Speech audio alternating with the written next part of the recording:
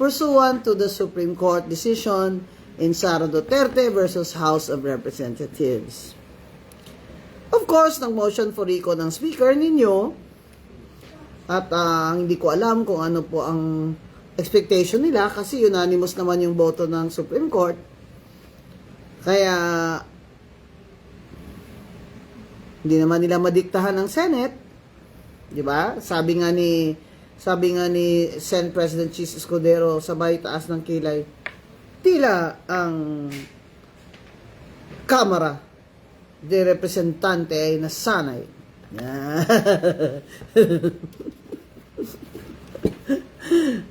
Sabay taas ng kilay. 'Di ba? Hindi po uto-uto si Senate President Chis Escudero. Matalinong tao po 'yan. Nag-UP College of Law din po 'yan. Kaya at saka demokrasya ito, 'di ba? By the last time I heard demokrasya ito. Oh, may upper chamber ang Senate, lower chamber yung House of Reps. Kasalanan ng House of Reps, binadali-dali nila yun eh. O, anong sabi ng Supreme Court? Bad faith ang House of Representatives. Dahil ang naunang 3 complaint noong December 2024 ay in-archive nila. Kumbaga ay kung sa Ilonggo pa ginamos bala. Binaguog nila. Tinago nila. Kumbaga, pinail lang nila na parang wala lang action. Ganon. Tapos, yung pang-apat, ang pinail nila. Na inakyat nila sa Senado. Sinabi ng Supreme Court. Yung 3 yun na in-archive, that's already more than the first complaint. Ayon sa ating konstitusyon, isang impeachment complaint lamang ang pwedeng i-file laban sa impeachable officer bawat taon. Kaya kung gusto nila, February 5 o February 6 next year, pwede pa silang magsampa uli ng impeachment complaint versus VP Sara. Syempre, nagmamadali po si Speaker dahil, syempre, gusto niyang tumakbong presidente, di ba, sa 2028. Kaya lahat ng mga inaugurasyon, ng mga tulay dyan, mga CR, mga basketball court, lahat na yan, papatulan niya ni Romualdez. Sama siya kay BBM. Lahat na yan, pati drainage, pati ano. Oh. Paano yung flood control pala? Flood control. Nasaan na pala ang flood control? Saan po kayo tatayo dyan at magpapicture sa flood control? Invisible naman yung mga flood control. Yan. Para manalo si Romualdez, kailangan ma-impeach niya si Sara Duterte. Diba? Kasi yan naman ang ginagawa niya eh. Di ba sa district niya, wala nga siyang kalaban. Pinag-DQ niya. Kayang-kaya naman niya yun. Ba't pa niya pinag-DQ? Mario. Ano masabi mo ng buong pamilya niya nakaupo ngayon? Ay, nako. Sus mio. Ako nung sinabi ng Supreme Court na hindi ako makaupo, iba na lang ang uupo. May respeto. Dahil grave abuse of discretion din ang COMELEC dahil ako'y dating commissioner. Ay, taos, pikit mata, reflection, taos puso ko pong tinanggap yun with humility na ito po ay isang test of humility sa akin. At naglagay po kami kay Dr. Camille Ilagan bilang bago pong nominee. Anong ginawa ni Speaker Romualdez? Nakaupo na dun sa last day of the session. Nakaupo na po doon. Alam na alam niya na nandun si Dr. Camille Ilagan ang aming nominee. Kaya representative na kasi na-proclaim na ng COMELEC tsaka nag-oath na sa isang RTC judge. Hindi talaga niya pina-oath. Yan ang sinasabi, yung rules dyan ng House of Reps ay hindi po yan discretionary. Hindi po pwedeng ang speaker ang nag-decide kung kailan niya po yan ipa-follow at kailan niya hindi. Yan ang sinasabi. Kaya sabi ng Supreme Court, mali kayo. Nung may complaint dyan sa impeachment, you did not give a copy to Vice President Sara and you did not give her an opportunity to be heard. Sabi nila, bakit kami magbibigay sa kanya ng opportunity to be heard? Amin-amin lang to Amin-amin lang tong procedure namin.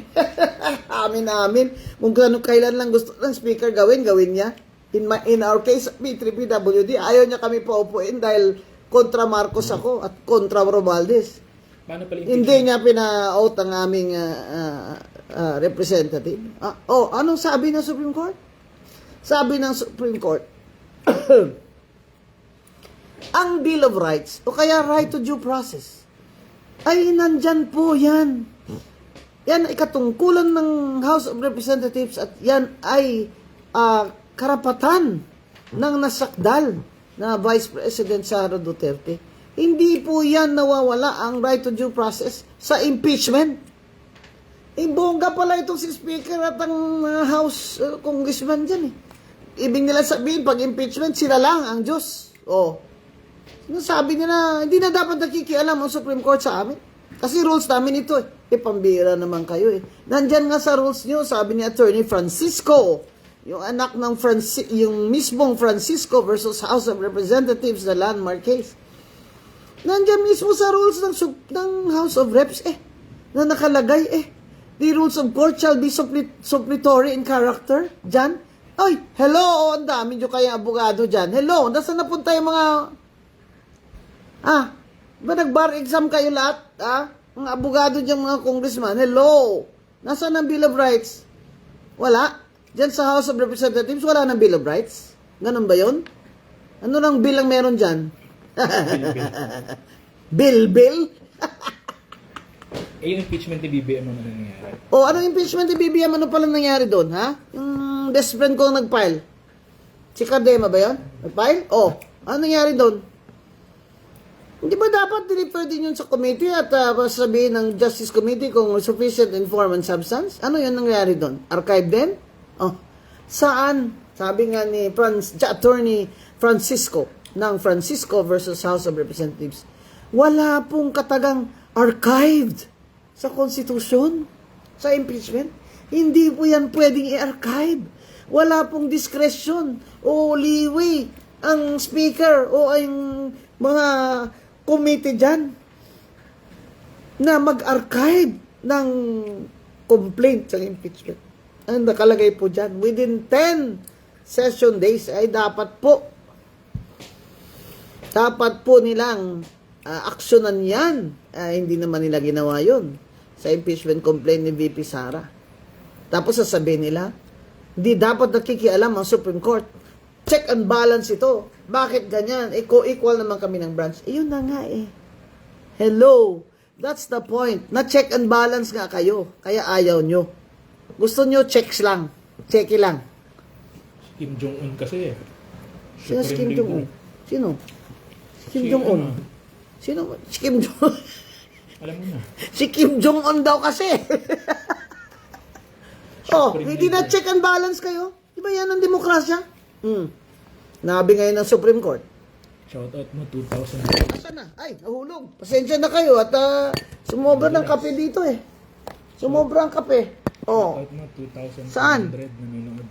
Ay, 2,400 ang nanonood. Oy! Art Amante, Olarte Sebastian. Ayan, House of Romualdez, pambira ka naman, Relay, House of Romualdez. Bioli, Matt Napoleon. Oy. Kumusta na daw si Senator Marcoleta? Mamaya po makikita nyo si Senator Marcoleta in action. In action. Dito po sa Senado. Watching from Hong Kong, Vang Roberts. Wow, watching from Davao. Ay, grabe. Pa-shout out. Watching from San Jose. Hi. Ribbon Committee. Blue Ribbon Committee kay Senator Marcoleta. Yan po ang iimbestiga ng mga graft and corruption ng mga nasa gobyerno. Yan po ang Accountability Committee on Accountability. Yan po. Abangan po ninyo ang action dyan ni Senator Marcoleta. Kasi napaka-serious po niya sa anti-graft at yan po talaga ang magiging busy na committee ni Senator Marcoleta dito sa Senado. Ngayon, balik tayo dun sa impeachment. Ako gigil dyan Yung sinasabi nila na ano daw, bakit daw ganun? Binaligtad na daw ng Supreme Court ang Francisco versus House of Representatives na siyang landmark case. Si Attorney Francisco na nga nagsabi sa interview niya kay Ses Drilon na hindi po binaligtad ng Supreme Court. Ang Supreme Court po dito sa Duterte ay ayon din sa kanilang ruling sa Francisco versus House of Reps. And what is that? That the House of Representatives should have good faith. Yun, good faith. In this case, wala silang good faith. Dahil, biro mo nga naman, 3 naunang complaint in archive. Kahit na wala naman sa rules yung archive, ay inakyat yung number 4th complaint. Isipin mo, bakit daw? Bakit? Sabi ni Attorney Francisco. Kasi yung unang complaint pa lang ay napakahaba na, 60 pages. Kaya siguro sabi nila, anak ng tinapang kahaba naman itong babasahin natin. Isa pa, tinanong sila ng Supreme Court, paliwanag kayo, lahat ba sa inyo nabasa itong impeachment complaint bago nyo ito pinirmahan? Nag-committee hearing ba ito? Hindi sinagot. Ayaw ni Romualdez sumagot. Kasi sabi ni Romualdez, bakit ako sasagot? Bakit kami sasagot? Kami yung pinakamataas na sila na daw ang pinakamataas sa usaping impeachment. Wala daw dapat makialam na Supreme Court. Ay, hello! Nasan pala yung Francisco versus House of Representatives na lagi nyo naman kinukot-quote? Saan pala galing yun? Sa buwan? Siya daw ang Supreme Leader eh. Sinong Supreme Leader? May Supreme Leader ba dyan? Pambira naman. Hindi po ito kaharian. Si Kim Jong. Demokrasya po ito. Ano ba itong bayan ko? Dumaan na ako sa after the war, yung mga parents ko, nagsimula ng pamilya, yun yung mga lolo nyo. Grabe naman dinaanan, digmaan. Tapos na pahinga ng konti, nag-Commonwealth. Tapos, tsaka lang naka-elect ng presidente natin. Commonwealth, si Quezon. Tapos, nung kay Marcos, martial law. Nung si Marcos na, martial law, ayaw na umalis. Sinabi ko na kasi sa inyo, kayong mga DDS kayo, nabudol kayo. At titigas ng ulo nyo. Sinabi ko na sa inyo, huwag nyo iboto yan si Marcos, kay Lenin na kayo. Kasi pag napupo na dyan si BBM, hindi na yan aalis. O ngayon, sinong ayaw umalis? Si Romualdez ang ayaw umalis. Si BBM talaga wala siya magagawa. Gusto man niya o hindi, talagang aalis siya dyan. Di ba? 2028. Pero ang ayaw umalis, ang pinsan niya, na ginawa niya speaker, na nag-control ngayon sa budget natin. Kaya ganyan, nangyari sa atin. Paano pag na-unconstitutional lang 2025 budget? Ngayon nasa Supreme Court, di ba? Pinapa-declare ng grupo ni na Justice Carpio na unconstitutional yung budget na yan. Ang mangyayari po, magre-revert po yan sa budget before the 2025 budget. Parang reenacted lang. O kaya, pag ito namang gobyerno nyo ay maggastos lang ng gastos, utang ng utang, abay, hindi na yan reenacted dahil magdi-deficit na siya. Tapos ngayon, sinong bunjing? Napanood mo ma'am yung diba, privilege speech ni Kong Ungab? Oo, ang galing ng privilege speech ni Kong Ungab. Grabe, parang atakihin na siya sa puso. Ay, grabe talaga. Isa ka pa sa nabudol. Ako daw, Zanzoe Sniper. Ako, adik? Hindi, ikaw adik. Ang boss mo adik. Ako, adik? May adik ba ganito kaganda, Tsaka yung pangako, balanse, Ang malaki na lipstick ko. Adik ba yung mga ganito? Tayo mo daw, Senator Bongo. Ang boss mo, adik. Kaya, ang lakas loob mo dito sulat-sulat dyan na adik ako, kasi adik ka. Sino mga bisitahin mo daw dito ng Senator? Sinong bistahin ko dito? Dami ko bistahin. Lahat yan sila bistahin ko. Senator Bongo, umano na yun, message na yun. Bibistahin ko si Senator Bongo. Siyempre, nandito ako para kay Senator Marcoleta. Idol ko, di ba? Si Bongo kasi nakatulong sa atin. Ako po, si Rodante Marcoleta, anak na magsasaka. Ang galing talaga nung advertisement na yun. Kaya ako, support talaga ako sa kanya. Si Senator Bongo, yan. Alam mo kasi, si Senator Bongo, nung time ni P. Duterte, wala pong yabang. Napansin ko talaga, wala po siyang yabang. Saka, matulungin talaga siya kasi dumaan nga sa LGU, di ba, nag-administrator. na tumutulong sa mga PWD doon sa kanila sa Davao at kung saan-saan. May nasunugan dyan sa Cebu na PWD. Alam ko na pumupunta siya. Kaya, bibisita ako sa kanya. Siyempre, bibisita ko kay Senator Pia Cayetano. Senator Robin. Kindat-kindat din ako kay Senator Robin. Ewan ko lang kung kilala niya ako. Hindi, pinuri ka niya nun sa Facebook eh. Ah, talaga? Oo, pinuri tayo nun sa Facebook. Yeah, hindi naman kami nag-meet pa. Pero yung brother niya, nakilala ko. Kaya guys, importante talaga itong mga senador eh. Pero tingnan nyo dahil sa kakagawan ni BBM at ang mga tao niya malapit sa kanya, sama na si Romualdez, na pinakidnap, hinuli si Digong. Umalsa ngayon ng Mindanao at mga Duterte supporters. Biro mo, ilan sa oposisyon ang nakapasok?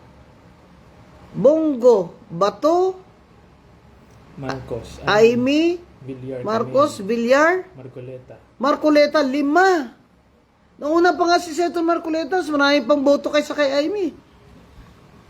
Aimee, 12. 5. Nung panahon ni Duterte, 0 nga yung oposisyon midterm. Yung time nitong tumakbo si Lenny as president, salang nanalo di ba? Salang nanalo ang oposisyon na senador Dulong-dulo pa. Kaya, 5. Ano na po yun? Kung sa Bisaya pa, balana. It's an omen. Wala pang pera yun. Kaya, yan, wala pa yung, walang pera yan. Walang botbayig yan. Kaya, ito pong 2028, napaka-ano po nitong laban na ito. Ito ang laban na talagang kung kayo po ay tumulong na kayo ngayon. Kung kayo po ay gustong maliberate na itong ating bansa sa mga magnanakaw na ito, tumulong na po kayo ngayon.